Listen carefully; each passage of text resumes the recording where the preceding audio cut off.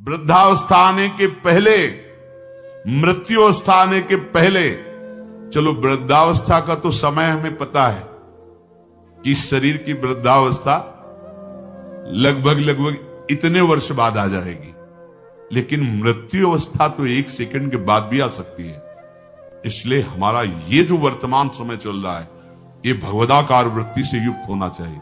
वृद्धावस्था के आने के पहले भगवत प्राप्ति कर ले, ये बात तो समझ में आ जाती है कि 60, 70, 75, 80 इसी को वृद्धावस्था। दोस्तों, राधे राधे बोलते रहें और बाबा जी के प्रवचन को आगे बढ़ाते रहें और सुनते रहें। राधे राधे दोस्तों।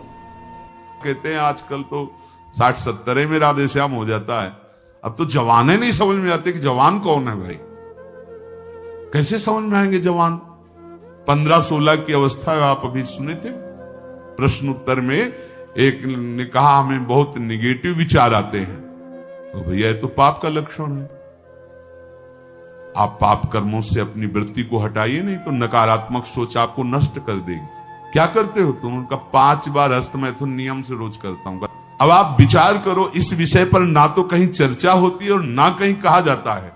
छोटे छोटे बच्चे ऐसी निकृष्ट आदत को प्राप्त हो गए। अब ये जवान होंगे, अब इनमें भगवदानंद की आकांक्षा जागृत होगी, ये कहीं सतमार्ग जान पाएंगे? कदापि नहीं। जीवन ही नष्ट कर दिया। शास्त्रीय सिद्धांत है, गुरुकुलों में इसीलिए बच्चों को रखा जाता था, चाहे राजा के हो चाहे प्रजा के हो। ब्रह्म ऋषियों के शासन में 20-25 वर्ष तक ब्रह्मचारी रहे। वृत्ति निवृत्ति मार्ग पर तो वैरागी बन गए, प्रवृत्ति मार्ग पर तो गृहस्थ में गए। कुछ समय तक गृहस्थ में रहने के बाद स्वतः पूर्वाभ्यास ब्रह्मचर्य का उनका जागृत हो जाता और वो चौथी अवस्था तक भगवत साक्षात्कार कर ही लेते, क्योंकि नींव बड़ी मजबूत थी। अब छोटे छोटे बच्चे स्मार्ट मोबाइल, आचरण, गंदे दृश्य देख देख करके गंदे कर लेना, कैसे उनके अंदर ये बात आएगी कि वृद्धावस्था पहले भगवत प्राप्ति कर ले? जरूरत ही नहीं भगवत प्राप्ति की, उनको आकांक्षा ही नहीं हो, जानते ही नहीं भगवत प्राप्ति क्या है, क्यों करना चाहिए। वो बस वो चाहते हैं, जो दृश्य देखते हैं वही करना चाहते हैं, जो सुनते हैं, जो बोलते हैं वही चिंतन होता। जीवन एकदम नरक बन जाता है। भगवत प्राप्ति की आकांक्षा उसके हृदय में होती है। ध्यान से सुनना। पर नारी पर पुरुष त्याग कर, सेवन करो शुद्ध गृह धर्म, निज पर धर्म नाश के साधन, करो कभी भी नहीं कुकर्म। यदि आपको इसी जन्म में उत्तम स्थिति को प्राप्त करना है तो चाहे गृहस्थ हो चाहे विरक्त हो, कभी भी ये विरक्त आश्रम वाले को माताओं बहनों की तरफ कुदृष्टि से भी नहीं देखना चाहिए। कुदृष्टि भोग भावना।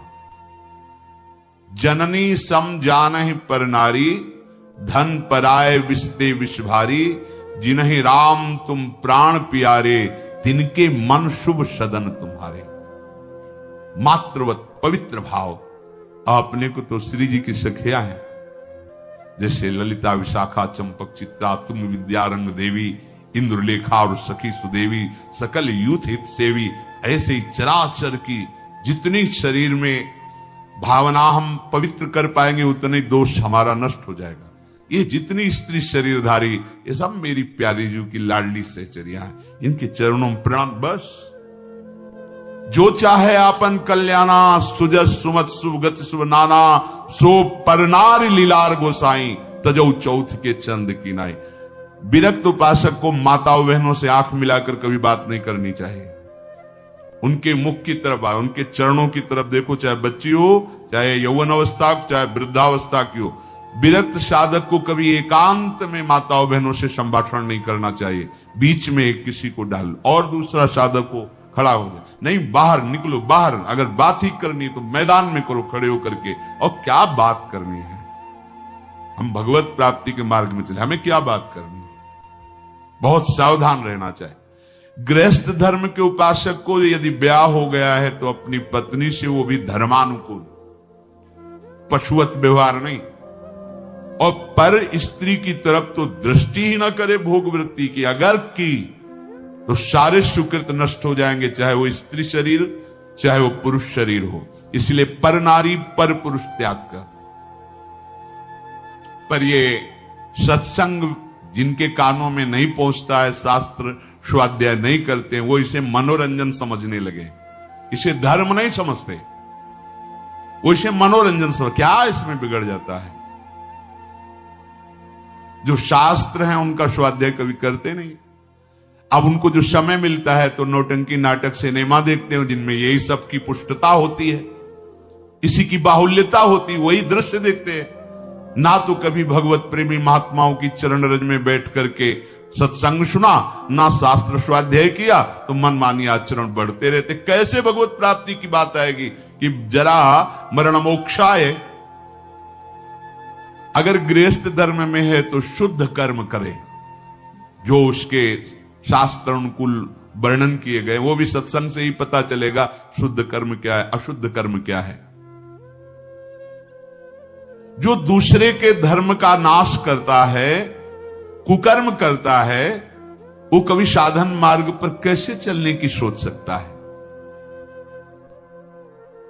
अगर कहीं उनके अंदर थोड़ी श्रद्धा भी बनती है तो भूत प्रेत की पूजा करता, करता जो तामस व्यवहार, अंडे मांस शराब उड़ाता, चोरी का करता व्यापार, रखता मन में वैर द्वेष मद, करता जो हिंसा व्यभिचार, होता घोर प्रेत वो, पाता असहनीय यातना अपार।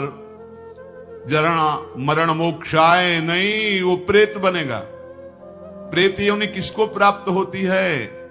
तो बोले जो भूत प्रेतों की पूजा करते हैं, जो अंडा मांस शराब ये सब खाते पीते हैं, दूसरे के धन को जो चोरी करते हैं, मन में वैर द्वेष अहंकार रख करके जो हिंसा करते हैं, और पर स्त्री से जो व्यभिचार करते हैं, वो घोर प्रेत योनि को प्राप्त होता है। इसका प्रमाण धुंधकारी है, पढ़ के भागवत में देख लेना।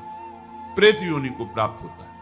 ऐसे प्रेत स्वभाव वाले कैसे जरा मरण मोक्षाय के मार्ग का अवलंबन लेंगे?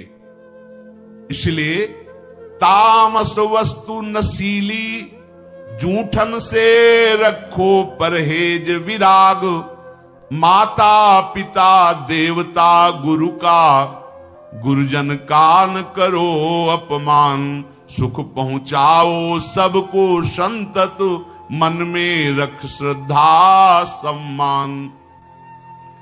कोई भी नशा भगवत प्राप्ति के मार्ग में चलने वाले उपासक को नहीं करना चाहिए। बैठा लो। आजकल ये भी बहुत सूक्ष्मता से साधन मार्ग वालों को गिराने के लिए प्रवेश कर गया है कि थोड़ी सी भांग खा लो, बस भगवदानंद में डूब जाओगे, या एक दो चिलम फूंक लो, या अमुक अमुक अमुक।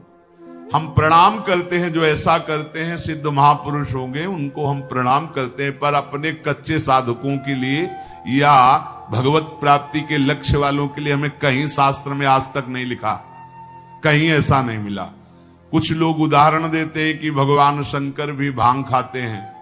भगवान शंकर भांग खाते नहीं, पीते हैं, हलाहल जहर पीते हैं। जगत की रक्षा के लिए समुद्र मंथन में निकला हुआ हलाहल जहर पिया।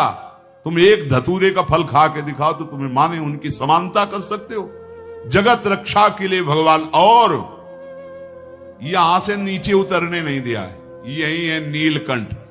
तुम एक घूंट पानी आरोक के दिखाओ, एक बूंद पानी चला जाए, खोक खोक करते रहोगे।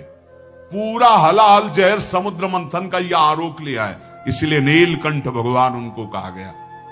कहते भगवान शंकर गांजा पीते, कभी देखा चिलम उड़ाते हुए भगवान शिव को?